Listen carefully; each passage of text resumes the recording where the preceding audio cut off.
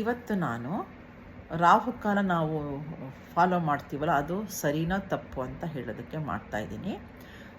ಕ್ಯಾಲೆಂಡರಲ್ಲಿ ನಮ್ಗೆ ಏನು ಕೊಡ್ತಾರೆ ಅಂತ ಹೇಳಿದರೆ, ಇದು ಬೆಳಗ್ಗೆ 6 ಗಂಟೆಗೆ ಸೂರ್ಯೋದಯ ಮತ್ತು ಸಂಜೆ 6 ಗಂಟೆಗೆ ಸೂರ್ಯಾಸ್ತ ಆದರೆ ಮಾತ್ರ ಅವ್ರು ಕೊಟ್ಟಿರೋದು ಕ್ಯಾಲೆಂಡರಲ್ಲಿ ಕೊಟ್ಟಿರೋದು ಅಪ್ಲೈ ಆಗುತ್ತೆ.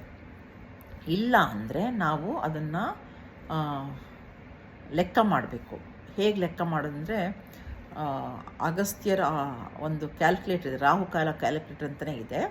ಅದರಲ್ಲಿ ನಿಮ್ಮ ಊರಲ್ಲಿ ಎಷ್ಟೊತ್ತಿಗೆ ಸೂರ್ಯ ಅಸ್ತ ಸೂರ್ಯ ಉದಯ ಆಗುತ್ತೆ ಅದನ್ನು ಹಾಕಿಬಿಟ್ಟು ಯಾವ ವಾರ ಅಂತ ಹಾಕಿದ್ರೆ ಅದು ನಿಮಗೆ ರಾಹುಕಾಲ ಎಷ್ಟೊತ್ತಿಗೆ, ಗುಳಿಕ ಕಾಲ ಎಷ್ಟೊತ್ತಿಗೆ, ಆಮೇಲೆ ಯಮಗಂಡ ಕಾಲ ಎಷ್ಟೊತ್ತಿಗೆ ಅಂತ ಹೇಳುತ್ತೆ. ಹೇಗೆ ನಮಗೆ ಬ್ರಾಹ್ಮಿ ಕಾಲ ನಮಗೆ ಸೂರ್ಯ ಉದಯಕ್ಕಿಂತ ಮುಂಚೆ ಹೇಗೆ 96 ನಿಮಿಷ ಇರುತ್ತಲ್ವ, ಅದು ಚೇಂಜ್ ಆಗ್ತಾ ಇರುತ್ತೆ. ಯಾಕಂದರೆ ಎಲ್ಲ ದಿವಸನೂ 6 ಗಂಟೆಗೆ ಇದಾಗಲ್ಲ.